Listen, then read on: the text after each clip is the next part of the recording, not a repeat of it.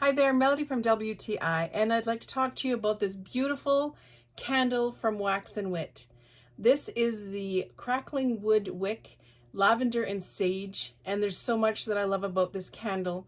First of all, it is hand poured. It is 100% soybean.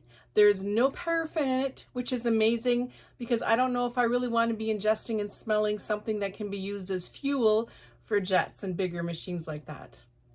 The smell of this is amazing. I have a certain allergy to smells, and this lavender and sage is absolutely divine. I mean, it's very light and very calming. I really, really like it.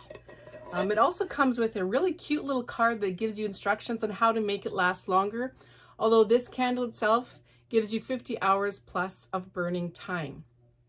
So if you're looking for a new candle as a gift, this is congrats after all, or keep it for yourself because we always have something to celebrate, don't we? I highly suggest this one. I love it, and I know you will too, and that's my point of view.